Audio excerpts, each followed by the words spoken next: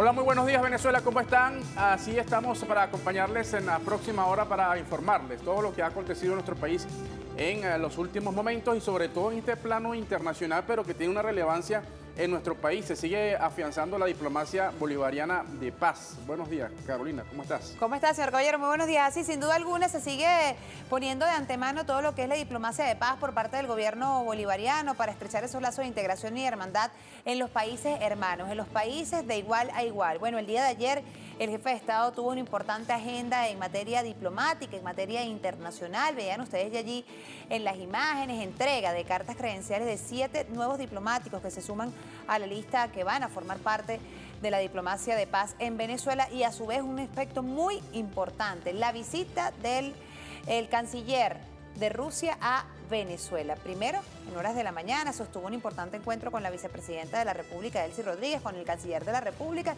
y después se reunió con el jefe de Estado venezolano. Así es, vino el canciller de Rusia y esto sin duda forma parte de esas políticas de integración que desarrolla nuestro país. Inició este periplo, hay que decirlo, en Cuba, ha estado acá en Venezuela y va a continuar porque se sigue avanzando, ¿no?, en esta política multipolar de Rusia y que se complementa con esta política de diplomacia de paz de la República Bolivariana de Venezuela. Hay un portal que vamos a darle lectura, es el de Últimas Noticias, que tiene que ver con esta importante visita. Sí, lo tenemos, ahí está.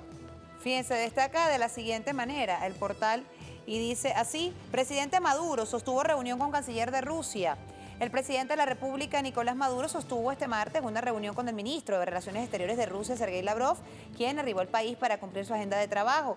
Lavrov realiza una gira por varios países de Latinoamérica. Su destino fue Cuba. Tras concluir su trabajo en Venezuela, se dirigirá a Brasil. Este encuentro se llevó a cabo en el Palacio de Miraflores, donde ambas autoridades revisaron los acuerdos de cooperación que mantienen entre ambas naciones. En la reunión también rechazaron la aplicación de estas medidas coercitivas, ilegales y unilaterales impuestas por Occidente y sus aliados contra las naciones. También se revisaron los acuerdos de cooperación bilateral y la interacción en el escenario internacional, incluida la situación regional y global. Finalmente, el jefe de Estado venezolano expresó y calificó en sus redes sociales la reunión como fructífera, así que señaló que sirvió para afianzar este mapa estratégico de cooperación integral Rusia-Venezuela, hermandad y amistad inquebrantable. Recordemos que existen más de 300 proyectos en materia energética, social, cultural entre Rusia y Venezuela. Así es, una relación tan importante y que data justamente de ese fortalecimiento del comandante Hugo Chávez con la llegada de la revolución, acuerdos de complementariedad en lo militar, en lo energético y en muchos otros ámbitos. Pero también, sí, muy importante. Importante esta reunión con el canciller de Rusia, muy importante tomando en consideración cómo está esta política o esta geopolítica mundial tan dinámica. Recordemos que Venezuela aspira a ingresar al grupo de los BRICS. Rusia forma parte del grupo de los BRICS. También se tiene en consideración la importancia o la relevancia que está teniendo Rusia en convertirse en una de las potencias, ¿no?, tomando en consideración todas las acciones que está desarrollando. Bueno, es bastante interesante esta alianza que se establece, o que se mantiene, mejor dicho, no se establece, se mantiene entre Rusia y Venezuela, países hermanos. Además de que son países que están sancionados por los Estados Unidos, estas medidas coercitivas y unilaterales, de lo cual, por cierto, vamos a revisar también. Pero ahí ven las imágenes, no solamente lo que ha sido esta visita del canciller ruso, sino también la entrega de cartas credenciales al jefe de Estado venezolano, y esas son las imágenes. Vamos a revisar en torno a estos mensajes que publica el jefe de Estado, sí, para dar cuenta en torno a lo que ha sido la recepción de estas cartas credenciales. Vamos a revisar la cuenta en la red social X. Dice así en este caso: recibí de Glivania María de Oliveira las cartas credenciales que la acreditan como embajadora de la República Federativa de Brasil ante nuestra patria. Junto al hermano pueblo de Brasil estamos fortaleciendo las relaciones de cooperación conjunta en favor del bienestar común. Pero no solamente se entregó esta carta credencial de la diplomática de Brasil, también vamos a presentarles de inmediato otro mensaje donde también se da cuenta otra entrega de cartas diplomáticas y tiene que ver con Kuwait. Lo tenemos allí en pantalla, fíjense, dice así: recibí en el Palacio Presidencial de Miraflores a Fadel Al-Sahun, embajador designado del Estado de Kuwait ante Venezuela. Son diversos los planes de cooperación activados con este país hermano en lo diplomático, político, comercio, en materia energética, petróleo y gas, seguimos avanzando, destaca allí el jefe de Estado venezolano y adjunta las imágenes de esta entrega de cartas credenciales. Y en el siguiente mensaje también vamos a ver uno que es muy importante como parte de este fortalecimiento de las relaciones de cooperación, también del diálogo que hay con Guyana por nuestro Esequibo. Esto es muy importante, además materializa parte de esos acuerdos, ¿no?, que se han suscrito con esta nación. El diálogo y la paz, que el jefe de Estado venezolano ha sido bandera de eso, el diálogo, la paz y el entendimiento. Así es, fíjense algo. Richard Van West Charles me entregó sus cartas credenciales como embajador designado de la República Cooperativa de Guyana ante la República Bolivariana de Venezuela. El diálogo, la conversación sincera, la concordia y la paz es el camino de nuestros pueblos, destaca el jefe de Estado en esta publicación. También fue entregado el día de ayer la carta de la República de Serbia, de la embajadora designada, allí lo ven en pantalla. Y dice así el mensaje del jefe de Estado: le di la bienvenida a Venezuela a Katarina Andrić, embajadora designada por la República de Serbia. Nuestros pueblos avanzamos mediante relaciones de cooperación en diversas áreas de interés y beneficio mutuo, hermandad, amistad y respeto compartido. Igualmente vamos a revisar, en este caso fíjense, de Zimbabue. El jefe de Estado dice lo siguiente: recibí las cartas credenciales de Merchap Kitchen, embajador designado de la República de Zimbabue ante Venezuela. Seguimos profundizando las relaciones de amistad con los pueblos de la Madre África en el marco del respeto y la solidaridad compartida, encaminados hacia el crecimiento y la prosperidad con unidad, diálogo y cooperación, destaca el jefe de Estado. Y en esta agenda internacional que se desarrolló ayer en el Palacio de Miraflores, también el jefe de Estado publica lo siguiente, y es que recibí en la Casa del Pueblo al embajador designado de la República de Filipinas ante Venezuela, el señor Joseph Gerard Ángels, quien me presentó sus cartas credenciales para continuar avanzando las relaciones entre ambas repúblicas y asegurar el desarrollo de nuestras naciones a través de los acuerdos internacionales, la diplomacia de paz y el diálogo. Ahí está la entrega de las cartas credenciales de la República de En este caso Filipinas. Sí. Otro mensaje y esta recepción de cartas que estamos repasando, que ha sido el jefe de Estado el día de ayer, las ha recibido. El excelentísimo señor Nils Martin Gunner presentó sus cartas credenciales que lo acredita como embajador designado del Reino de Noruega en nuestro país. Agradecemos a esta nación por propiciar y ser testigo de las mesas de diálogo, así como cooperar en el desarrollo de diversos ámbitos que benefician a ambas naciones. Bienvenido, embajador, destaca allí el jefe de Estado.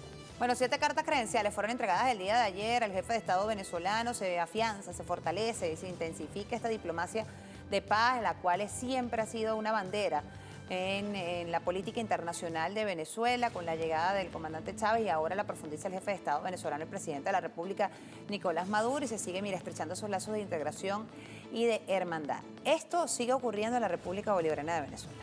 Sí, vamos a revisar porque, bueno, forma parte de todo esto y también revisar el tema de lo que son estas medidas coercitivas. Ya decíamos que en el caso de Rusia lo sufre tanto como Venezuela, como lo sufre Irán y otros países, que esta política que, bueno, trata de desarrollar Estados Unidos para hacer o intentar hacer doblegar a los pueblos con políticas exteriores soberanas. Vamos a ver este mapa, se lo vamos a presentar. Se trata del mapa geopolítico de sanciones. Fíjate, este mapa geopolítico es muy importante porque dice, registra datos sobre las medidas coercitivas unilaterales. Aquí se ofrece un ranking de países sancionados por objetivos, personas, aeronaves, empresas, entidades y buques. Incluye notas metodológicas y una sección de noticias de las medidas coercitivas unilaterales. Fíjense, aquí haciendo o revisando acá este gráfico que presenta aquí esta publicación de las sanciones a escala global por país, tenemos que el país más sancionado en el mundo es Rusia.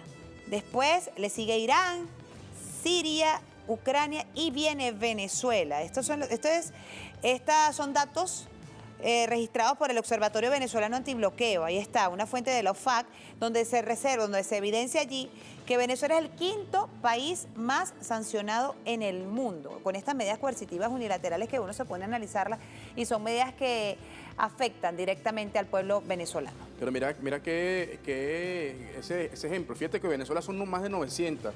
¿Cuántas justamente ha recibido Rusia, ¿no? Y a pesar de eso, Rusia sigue, así como Venezuela, desarrollando su política exterior de manera exitosa. Vamos a revisar también. Mira, este dato que está aquí es importante y quiero destacarlo, fíjese. El 96% de las medidas Es decir, que en total son 26.437, se concentran en 9 países y el restante 4% en las otras 21 naciones. Rusia encabeza la lista con el 68% del total, Irán con 9 y Siria con 5%. Y Venezuela es el quinto país con más sanciones, con 930, fíjense. 930. Más de 26.000 sanciones se concentran en 9 países. Entonces, cuando uno se pone a analizar cuáles son los 9 países, tú te das cuenta allí por dónde van los tiros por parte de Estados Unidos y Europa. Que dice que son sanciones que recogen un tiempo, ¿no? Un periodo de 9 años. Claro. Vamos a revisar otra lámina que también ha preparado el equipo de producción. Estos son datos de la página que desarrolla esta investigación, nuestro amigo también el viceministro William Castillo, Políticas Antibloqueo. Vamos a revisar justamente, fíjense algo, ahí está, Estados Unidos, el mayor sancionador. Estados Unidos lidera la lista de país con más sancionador del mundo, con 36%. Este indicador refleja la influencia y el alcance de este país como actor predominante en la imposición de medidas coercitivas a escala global, seguido por la Unión Europea con 17%, Canadá, Suiza y el Reino Unido, que suman 29%. Mira qué tal, ¿no? No solamente Estados Unidos, sino que Estados Unidos la pone y le siguen el coro la Unión Europea, el Reino Unido y otros países. Bueno, y ustedes ven, y son claros quiénes son los que se pretenden, los que creen que son los dueños del mundo. Nada más con solo por mencionar este tema de las medidas coercitivas unilaterales y contar el resto de las acciones que se emprenden, por ejemplo, el tema de las guerras. Cada vez que hay una guerra en el mundo, ¿quién está detrás de la guerra? Estados Unidos. En nombre de la libertad, entre comillas, ¿no? Ellos van a la guerra en nombre, así como esa supuesta asistencia que le está prestando a Ecuador.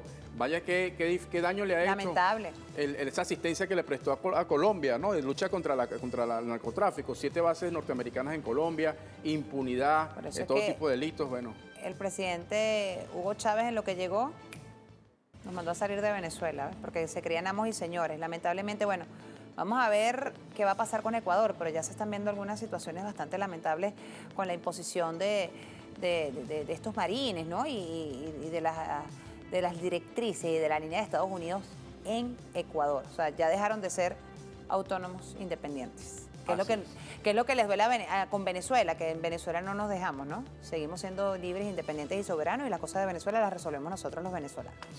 11:17, señor Caballero. Bueno, vamos a revisar ahora mensajes que se van actualizando, como siempre lo hacemos, en la red social X.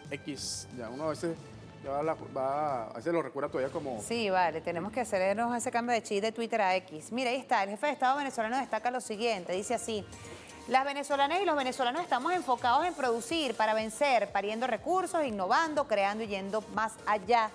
El nuevo modelo de economía diversificada necesita el esfuerzo y el trabajo de todas y todos para solidificarse y continuar garantizando la distribución de la riqueza para nuestro pueblo. Vamos hacia el crecimiento productivo, destapa el jefe de Estado venezolano a través de su publicación. Otro mensaje también que coloca el jefe de Estado, aquí además como un recuerdo, ¿no? Fíjense, hace 33 años empecé a trabajar en el Metro de Caracas, una época de mi vida que jamás olvidaré, hermosos recuerdos de lucha revolucionaria que guardo en mi conciencia y en mi corazón. Soy uno más de ustedes, mis hermanos y hermanas del Metro de Caracas, y el jefe de Estado. Vamos a ver el video que adjunta a continuación. Recuerdos que me trae a mí el Metro de Caracas, el patio Las Adjuntas. Ahí me la pasaba yo en asambleas con los trabajadores, con las trabajadoras. Y ahí empezó mi travesía por el trabajo, el sindicalismo, el transporte. Ahí me entrené durante 2 meses y medio y me convertí en un operador de transporte superficial del Metro de Caracas. En un metrobusero. Siempre he admirado el sistema de Metrobús. Soy parte de él. Yo trabajaba en la ruta 421, que va desde la estación Bellas Artes, San Bernardino, Bellas Artes. Yo llegaba a La Paz, me levantaba todos los días a las 3:30, 4 de la mañana. Me asignaban un autobús, prendía mi autobús y me iba a prestar servicio. Sigo siendo trabajador del metro. Pero tengo un permiso firmado para ser presidente. Pasé de conductor de autobús a conductor de patria. En Venezuela, el presidente que ustedes tienen se siente orgulloso de ser transportista, de ser trabajador del transporte, de llevar el volante en mis manos, el volante de la patria. Ahora estoy aquí, de pie, al servicio de ustedes. ¡Que viva la clase obrera! ¡Que viva el Metro de Caracas!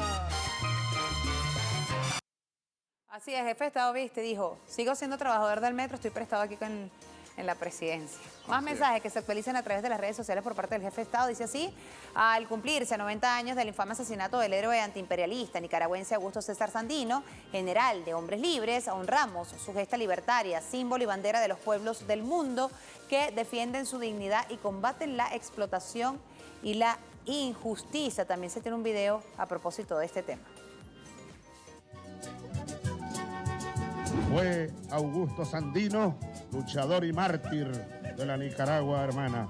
Es de Sandino el plan para hacer realidad el supremo sueño, la integración de nuestros pueblos. Sandino, uno de los más grandes bolivarianos de la historia de nuestra América, el general de Hombres Libres, el que vive hoy más que nunca antes jamás en Nicaragua y en nuestra América.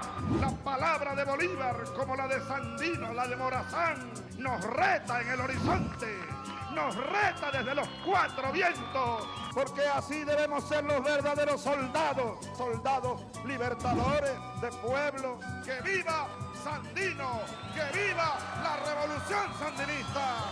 A Nicaragua también le tocó que surgiera un capitán gigante, Augusto César Sandino. Sandino se sabía que era fundador de una idea, de un sueño para otra época. Él sabía ya cuál era su destino. Tenía conciencia que era un sembrador y que otros iban a recoger su cosecha. Por eso cuando nuestro general de hombres y mujeres libres es asesinado en 1934, Nicaragua entró en una larga etapa de oscuridad. Ese hijo centroamericano de Bolívar no varó en el mar.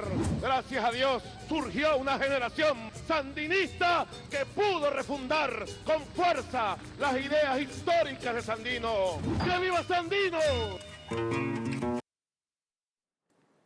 Bueno, ahí está el mensaje. Vamos a ver un siguiente mensaje que publica el jefe de Estado, que dice de la siguiente manera: con la activación inmediata del Fondo de Protección Social del Trabajador y la Trabajadora Cultural y la propuesta de un debate y reforma de esta ley, nos permitirá establecer un sistema de protección adaptado a la realidad venezolana para garantizar el apoyo social y acompañamiento a los cultores y cultoras del país. Destaca el jefe de Estado. Y bueno, ahí estas imágenes alusivas a la actividad, vaya que muy bonita, de días recientes cuando se lanzaba esta nueva gran misión que tiene como objetivo resaltar lo nuestro, lo venezolano, lo que nos identifica.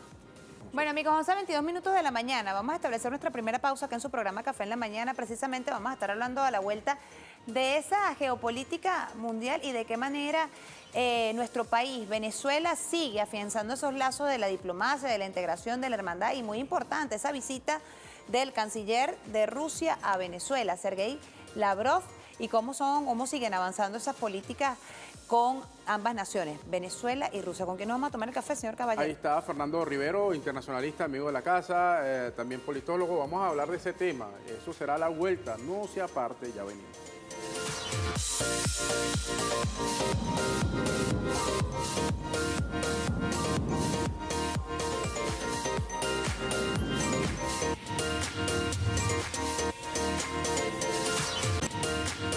Amigos, de vuelta con más de su programa Café en la Mañana. Lo decíamos antes de irnos al corte. Ya tenemos con nosotros al analista internacional Fernando Rivero. Gracias, profe, por estar con nosotros, hablar un tema bastante interesante y bien asociado, y tiene que ver precisamente con estas alianzas estratégicas que siempre se siguen fortaleciendo entre Venezuela y Rusia. Tuvimos el día de ayer la visita, ¿no?, del canciller de Rusia, Sergei Lavrov, a nuestro país. Quisiera sus impresiones y su punto de vista. Bueno, en principio, gracias por la invitación. Considero que esta visita da cuenta de la importancia que tiene Venezuela en la región, pero al mismo tiempo también lo que significa América Latina y el Caribe para las potencias emergentes. Recordemos que Rusia preside en este momento los BRICS. Venezuela tiene un anhelo de incorporarse allí a ese grupo que ya conforma su PIB combinado, digamos, el primer aporte en comparación a lo que es el G7, pero además estamos viendo cómo las tendencias globales en materia económica, el Asia-Pacífico viene jugando un papel clave y allí Rusia juega un papel sumamente destacado.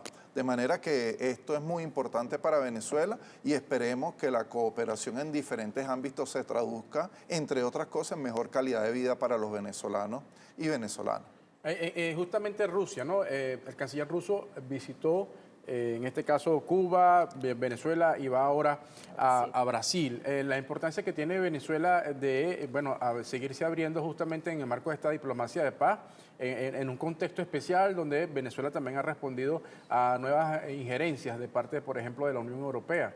Sí, ya de hecho, en este momento, si algo ha marcado esta visita, es la condena a las medidas coercitivas unilaterales, que no solamente afectan a países de América Latina y del Caribe, como el caso de Cuba y Venezuela, sino que también a otros países como la Federación de Rusia, la República Islámica de Irán, entre otros países del mundo. Pero ahora creo que es muy importante que esta reunión se da en el marco de dos países que pertenecen al OPEC Plus, y eso marca, digamos, la geopolítica petrolera, marca la situación económica del mundo, podría marcarla porque en este momento, luego de la guerra en Ucrania, la guerra entre la OTAN y la Federación de Rusia, hemos visto cómo se ha agravado la crisis económica. Ya el Fondo Monetario Internacional habla del decrecimiento de la economía de la zona euro, del retroceso que va a tener la economía de los Estados Unidos, y por el contrario, habla de las expectativas positivas que hay de economías como el caso de China.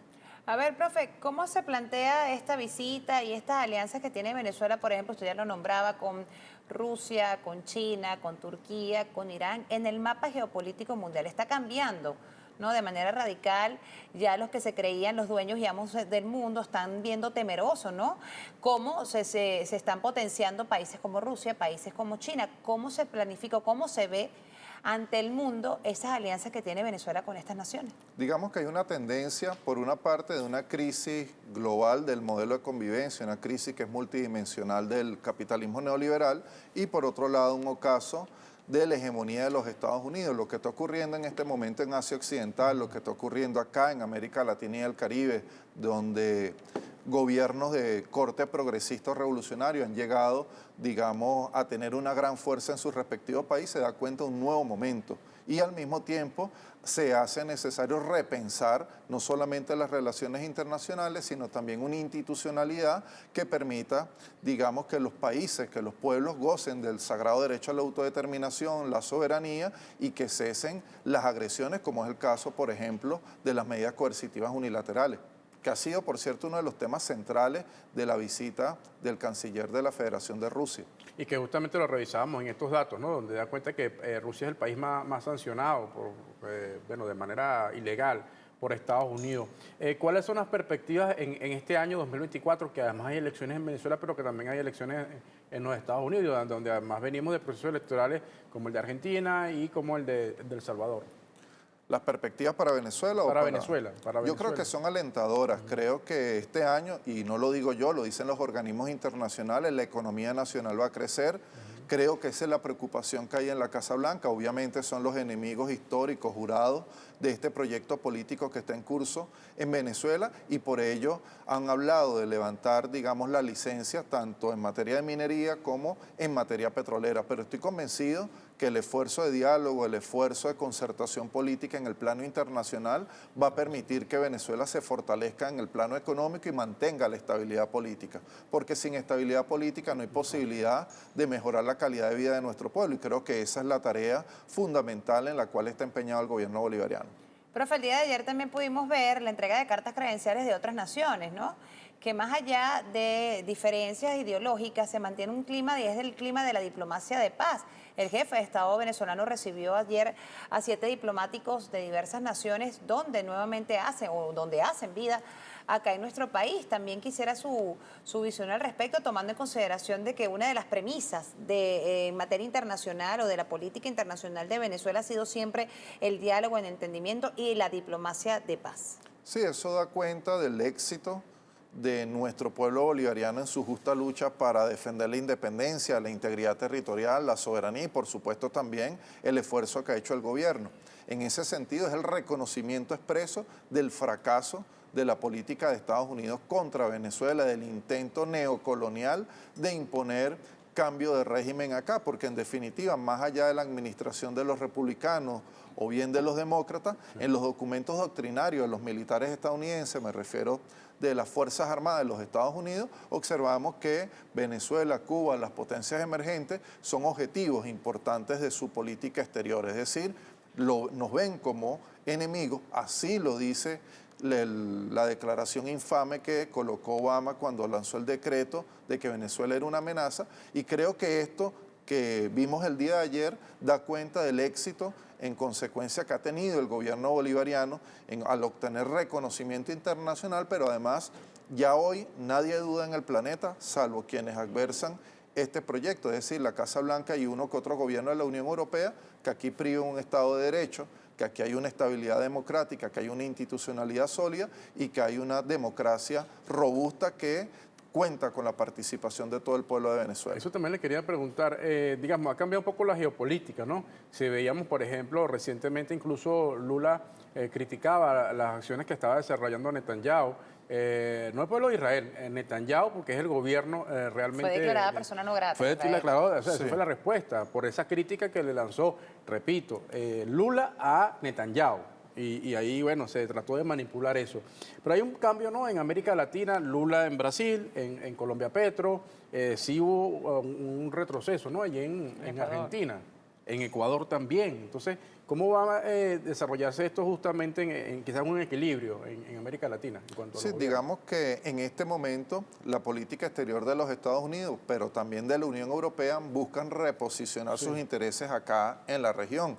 Recordemos que acá tenemos el Triángulo del Litio, tenemos reservas de hidrocarburos muy importantes, donde no solamente está Venezuela, sino incluso Argentina, los pozos de gas de Vaca Muerta, tenemos el reservorio energético que también tiene Bolivia, tenemos materias primas, tenemos un mercado de más de 600 millones de seres humanos. En fin, América Latina y el Caribe es una región muy importante y ellos están tratando, y por eso el Comando Sur se posiciona luego de una operación de la DEA allí en Ecuador, se posicionan nuevamente en ese país y van a tratar, por supuesto, de torcer la voluntad popular. Lo propio están haciendo allí en Colombia, están intentando un lawfare, es decir, una guerra legal contra el gobierno legítimamente electo de Gustavo Petro, y todo ello configura pues el anhelo, la intención de los Estados Unidos de digamos, recolonizar, imponer nuevamente su agenda. Pero yo creo que vamos a tener también victorias importantes. El caso de México, todas las encuestas dan como ganadora a la candidata de Morena, un país muy importante, muy grande, el más grande de hispanohablante. Estamos hablando además que México es una referencia, pero en Venezuela también estoy convencido vamos a tener una gran victoria y con ello vamos a robustecer lo que es la CELAC, se va a revitalizar, estoy convencido de ello, UNASUR, y vamos a tener, digamos, nuevas oportunidades en el futuro cercano. Profe, nos queda poco tiempo, pero le pregunto a propósito de la entrega de credenciales. El día de ayer hubo una muy en particular y tiene que ver con el embajador de la República de Guyana, ¿no? Entregó sus cartas credenciales. ¿Eso cómo es visto para el gobierno de Estados Unidos y los gobiernos que pretenden crear esa zozobra entre ambas naciones? Y sin embargo se sigue trabajando, a pesar de la controversia, a pesar de esta situación, se sigue apostando a la paz, al diálogo y al entendimiento. O sea, ¿qué lectura tiene esto de que el día de ayer el jefe de Estado venezolano recibió en el Palacio de Miraflores al embajador designado de la República de Guyana? Para Estados Unidos, para sus élites, política exterior y política militar son parte de un mismo esfuerzo. Recordemos que toda Venezuela y buena parte de la región de América Latina y el Caribe está rodeada de bases militares estadounidenses. Guyana entra en ese dispositivo, sin embargo, gracias al esfuerzo diplomático del gobierno bolivariano y también, por supuesto, a lo que vimos en la jornada de diciembre, el 3 de diciembre, a propósito de la consulta sobre el Esequibo, todo ello ha permitido que el gobierno de Guyana, la República Cooperativa de Guyana, se siente en la mesa, discuta, busque también de alguna manera una solución al problema que tenemos de carácter limítrofe fronterizo, pero no debemos olvidar que por un lado está el esfuerzo que hacen los países de América Latina y el Caribe para preservar la paz, dentro de ellos el gobierno bolivariano, y por otro lado las transnacionales, las élites que gobiernan la República Federativa de Guyana, que evitan, digamos, concertar con Venezuela una solución pacífica y negociada de ese diferendo limítrofe, esa controversia, y por el contrario se quieren poner a las órdenes del Comando Sur. Entonces creo que en definitiva esto es un revés. Hasta ahora creo que estamos haciendo un noble esfuerzo para garantizar la paz, para preservar la integridad territorial, y yo creo que allí el gobierno bolivariano viene avanzando bastante y por el contrario, la política exterior de los Estados Unidos está teniendo algunos tropiezos que son de consideración. Quiero aprovechar también la oportunidad que te tenemos acá un poco para que tu visión acerca del tema del diálogo, ¿no? Tan importante que sigue reafirmando el gobierno, ¿no? El gobierno nacional con todos los sectores amplios. Ahora, por cierto, un diálogo acá interno. Ayer el doctor Jorge Rodríguez hablaba justamente en función de eso, ¿no? De dialogar acá, de inclusive hablaba de quizás ampliar y seguir mejorando los acuerdos, ¿no? Que ya se han suscrito con sectores de la oposición, incluso ese más radical. Sí, bueno, todos los esfuerzos en función del diálogo, de preservar la democracia venezolana en el marco del respeto a la Constitución, el respeto a la soberanía nacional, son importantes y deben ser apoyados por todos los venezolanos y venezolanas. Ahora, también se requiere que haya un cumplimiento pleno de los acuerdos de Barbados. Por ejemplo, ya la ONU y la oposición venezolana, por lo menos ese sector que está sentado allí en la mesa, me refiero al de la plataforma unitaria, se habían comprometido a entregar recursos para la salud, para la educación, para, digamos, el cumplimiento de tareas en materia social. Eso no se ha dado.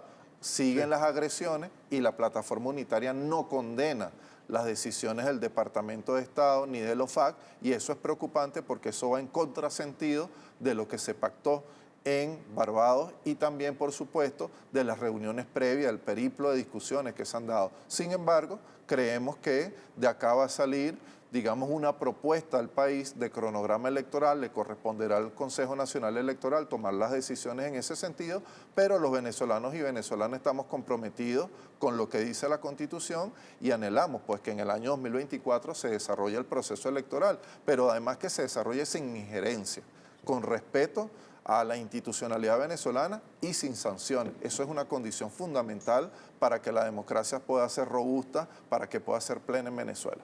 Muchísimas gracias, Fernando Rivero, gracias a analista ustedes. internacional, dando cuenta pues de lo que estas alianzas estratégicas que se mantienen entre Venezuela y el resto del mundo. En esta oportunidad hablábamos de Venezuela y Rusia y también, bueno, con el resto de las naciones. Gracias por habernos acompañado. 11:40 minutos de la mañana. Señor Caballero, ¿con quién nos tomamos el café a la vuelta? Vamos a una pausa. En la próxima parte estaremos conversando con el diputado Luis Eduardo Martínez de Acción Democrática. Vamos a hablar temas importantes, de interés, dando cabida acá en Venezolana de Televisión a todos los sectores. Calendario. ¿Qué va a pasar con esa propuesta? Vamos a hablar de eso a la vuelta. Ya venimos.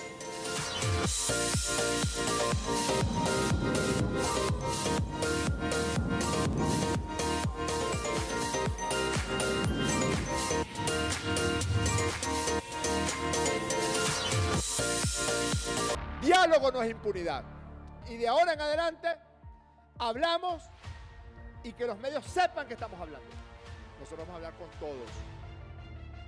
Y la convocatoria es este día lunes próximo, para que nos encontremos todas y todos y firmemos el documento. Y el que se quede por fuera se quedó por fuera de ese documento. Si quieren y si no quieren, la vida sigue. Olvídense ya, nada, cero. No viajamos a ningún lado. Lo que quieran firmar lo firmamos aquí en Caracas, Venezuela o en cualquier otra ciudad de Venezuela. Lo que les dé la gana de firmar, que nosotros estemos de acuerdo. Al doctor Jorge Rodríguez, ¿no? Contundente. Contundente y bueno, hablando acerca del tema del diálogo, la apertura, seguir avanzando y para hablar de eso ya tenemos acá, se lo presentamos a Luis Eduardo Martínez, diputado por Acción Democrática, también participa de este diálogo, ¿no? El diálogo sigue avanzando, dialogamos y bueno, y se está avanzando hacia una propuesta. Le preguntamos. Hace 3 años se designó en la Asamblea Nacional la Comisión Especial para el Diálogo, la Paz y Reconciliación, de la cual el presidente Rodríguez está al frente y de la cual yo soy el primer vicepresidente. Hemos dedicado largos meses con distintos sectores a dialogar y creemos que es la única alternativa que en Venezuela existe para que logremos avanzar en paz en estos procesos que tan complicados son. Diputado, ¿qué le parece esta consulta que se ha hecho durante estas últimas 2 semanas en función a llegar a un lugar común del calendario electoral de cara a las elecciones presidenciales? Esto nunca se ha visto en el mundo, que se convoque a todos los participantes, no solo los actores políticos, político, económico, social, religioso, cultural, deportivo, en pro de un solo objetivo, ¿no? ¿Qué le ha parecido? Mira, voy a repetir lo que dije en la Cámara Plena ayer en mi intervención. de lo cual no cambio ni una sola palabra. Positivísimo. Yo he asistido a todas, absolutamente a todas las reuniones y ya perdí la cuenta. Hemos escuchado a unas 500 personas representantes de distintos sectores de la vida nacional. Toda opinión ha sido bien valorada, bien recibida y toda opinión, por cierto, se resume en el documento que está por terminarse esta semana. Bueno, lo venía revisando en el camino. El documento resume bien todas las opiniones que han así señalado los que han asistido. No queda ninguna opinión por fuera. Así que es un documento bien completo. Esperamos hasta el viernes seguir recibiendo sugerencias para, como se ha anunciado, el próximo lunes o a más tardar el martes, someterlo a la firma de los que han venido concurriendo a la consulta. Eso le quería también preguntar. Usted ha asistido a todas las reuniones, pero también está el tema de que se ha destacado mucho la participación, representatividad y participación de amplios sectores, de, bueno, vamos a decir, progresistas, la izquierda, centro, conservadores, menos conservadores, más de derecha, extrema derecha, ultraderecha. Mira, déjame ahí decirlo, está todo eso. Podemos hacer un abanico y abrimos así. Completo. O sea, déjame decirlo de la manera más sencilla. Ahí ha estado toda la representación nacional. Ahí ha estado el 100%. El sector empresarial representado en Fedecámara, su directorio, Consejo de Comercio, la Cámara Petrolera. Ahí han estado los emprendedores, ahí han estado los trabajadores representados por distintos sindicatos. Ahí han estado las distintas iglesias.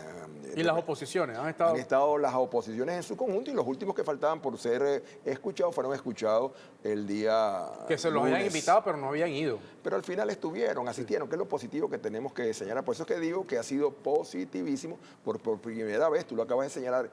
En Venezuela y seguramente en el mundo se han escuchado todos los sectores para que hagan sugerencias que permitan mejorar el proceso electoral. Es importante que aclare un término, porque es que a veces lo confunden. Algunos hablan de que estamos trabajando con un cronograma electoral. No, estamos trabajando con un calendario electoral y con un conjunto de sugerencias para mejorar el proceso electoral. Corresponde al CNE definir la fecha y el cronograma. Es más, en el documento que reitero, venía revisando en el camino, se han colocado todas, pero todas las sugerencias de fecha. Yo supongo que a lo mejor ustedes no lo han visto, yo se lo puedo hacer llegar al terminar el programa. Usted verá ahí propuesta de la iglesia, propuesta de los deportistas, propuesta del partido político tal o cual. Todas están allí, desde los primeros que propusieron marzo, que obviamente está demasiado cerca, hasta los últimos que propusieron diciembre del 2024. Ahí la gran mayoría respeta, por cierto, lo que se firmó en Barbados y la casi totalidad de las sugerencias están hacia el segundo semestre del año 2024. ¿Cuál ha sido el lugar común, diputado, que se ha tenido en estas conversaciones, a los cuales ha hecho, como usted bien lo ha dicho, han estado presentes todos los actores que hacen vida en nuestro país? ¿Cuál ha sido el lugar común en los que todos han confluido y han dicho, mira, caramba, esto se tiene o esto tiene que estar como premisa? Mira, más que un lugar común, un concepto, paz. O sea, en todas las reuniones, te repito, yo creo que apenas unos muy pocos parlamentarios hemos asistido a todas las reuniones. Yo no me he perdido ninguna, y una y otra vez, y yo he oído todas las intervenciones. En todas siempre ha estado la marca y cruzado horizontalmente, paz. Queremos paz, los venezolanos merecemos paz. Y el segundo gran concepto que ha estado presente en todas las intervenciones es vía electoral, como única alternativa para salir de esta permanente confrontación que vivimos los venezolanos. Las peleas tienen que acabarse, la confrontación que tanto daño nos hace y que ya dura tantos años. La única manera de terminarla con unas elecciones donde cada quien participe.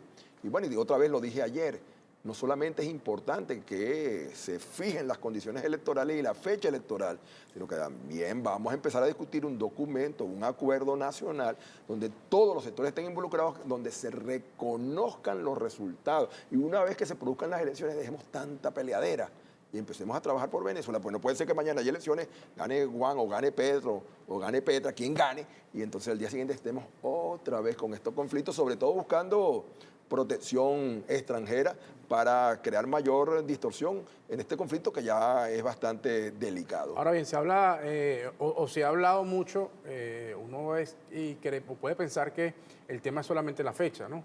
¿Qué elementos en función de las condiciones o del reforzamiento de esas condiciones que ya existen, por cierto, se han planteado? ¿Cuáles son las propuestas sobre en términos generales?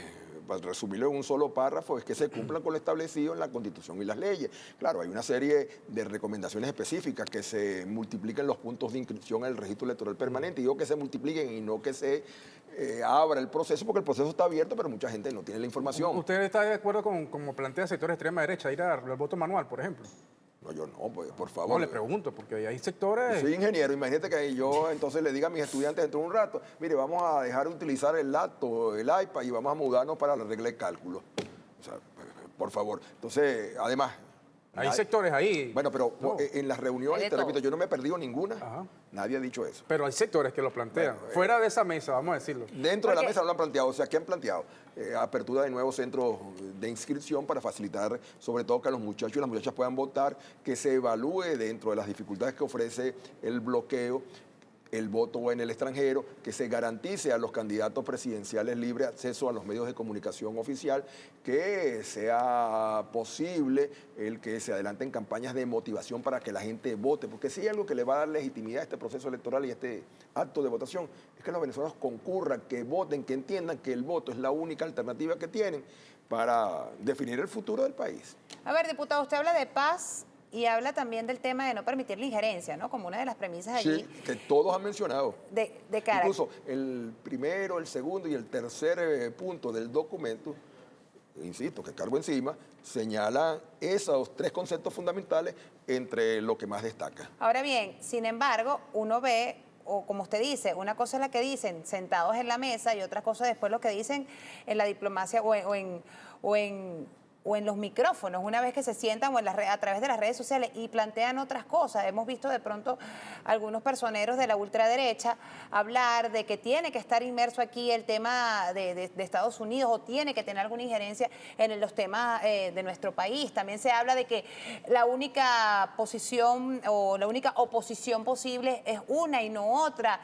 Esos planteamientos surgen en las redes sociales o surgen posterior a que se reúnen sentados en una mesa. En la mesa no surgen por dos razones. La primera, y déjame referirme al último planteamiento tuyo, porque los números hablan por sí solos. Otra vez, yo soy ingeniero. Yo me voy a la página web del Consejo Nacional Electoral y puedo curiosear lo que son las elecciones regionales y municipales de hace unos pocos meses atrás. Entonces hay unos números, lo que cada quien sacó, tuvo en esas elecciones. Exacto. Con máquinas de votación, con testigos, con observación europea. Yo fui candidato a gobernador de Aragua y estaba la misión europea. Entonces, ¿qué dicen esos números? Que los partidos que no están en la denominada PUP sacaron centenares de miles de votos más que los que están. Que los que nos estamos sentando en la mesa de diálogo, todos ahí juntos, a cara descubierta, no escondidos, no llegando agachados, no pidiendo que la reunión sea fuera del país, sino aquí, porque aquí es que tenemos que conversar. Entonces, tenemos mucho más votos obtenidos de manera legítima. Ayer el presidente Rodríguez hizo una mención que, en todo caso, dijo la rigurosa verdad. Bueno, aquí está el diputado Luis Eduardo Martínez, que acaba de intervenir, fue candidato a gobernador de Aragua y sacó decenas de miles de votos más que el candidato del entonces MUP. ¿Quién tiene mayor legitimidad? Entonces, lo que quiero aclarar ahí es que aquí no hay una sola oposición, aquí hay distintas oposiciones, todos coincidimos en la necesidad de que se produzca un cambio en Venezuela, pero tenemos visiones distintas de cómo abordarlo. Nosotros creemos que había que hacerlo electoralmente, pero no ahora, lo hemos creído siempre. Hay otros que en este momento, sí, ahora sí la vía electoral está bien, complacidos de que hayan regresado a esa vía. Nosotros nunca hemos querido que la violencia sea la vía, que las injerencias extranjeras sea la vía, que la insurrección militar sea la vía o que las invasiones sean la vía. Y con respecto al otro primer punto que señalaste, bueno, es elemental, que es votando y participando sin que factores extraños influyan en el proceso, como tenemos que darnos nuestra definición futura. Ahí sí, en el documento, lo han planteado una y otra vez, y eso es absolutamente normal, la solicitud que se analice sin que eso signifique injerencia, la observación internacional que haya estado presente. Te acabo de mencionar que en las elecciones regionales estuvo aquí la misión europea. Estuvo el Centro Carter estuvo también. Ayer mencionaban en una de las reuniones la posibilidad de que participara la Organización de la Unidad Africana, que tiene tanto peso como la Organización de Estados Americanos. Claro. Entonces, la observación internacional ayuda a darle confianza a algunos que pudieran no tener confianza en el proceso electoral. Pero yo quiero decirle a todos los que nos están viendo de que lo importante en este momento es que aprovechemos lo que significan unas elecciones próximas que se van a realizar para que expresemos nuestra opinión, que ésta sea considerada y que mañana todos podamos ponernos a trabajar juntos por Venezuela. Así es. ¿Cuál es la propuesta de fecha de ustedes? Nos despedimos. No, la mía y la nuestra, la Acción Democrática, es 5 de julio. Ese es el 5 día de más julio. importante de la historia republicana. Hay naturalmente un conjunto de propuestas. Diputado, ¿y usted se sigue planteando como precandidato? No, yo no soy precandidato. ¿Quién es el precandidato de Acción Yo Democrática? soy candidato. Ah, imagínese. Caramba, ¿ustedes qué le pasa? No, yo creía que decía tú precandidato porque imagínese, me acabas de decir como hace- no se ha hecho oficial, pero no, bueno, está bien. No, ya le voy a llamar la atención a los que trabajan conmigo para que te manden un flyer especialmente a ti. Me acabas de decir que estás cansada de verme en televisión. No, por favor, bueno, está No, bien. vale, no diga Bueno, eso. no, Lo que pasa es jamás que yo no- cansada y jamás, Y diputado. aquí en BTV, bueno, Pero no cansada. aquí en BTV, mire, aquí no se terminó de No, acordar. pero es que y no he ya, visto la- y no he ya la visto la oposición cita. está aquí en BTV. No he visto...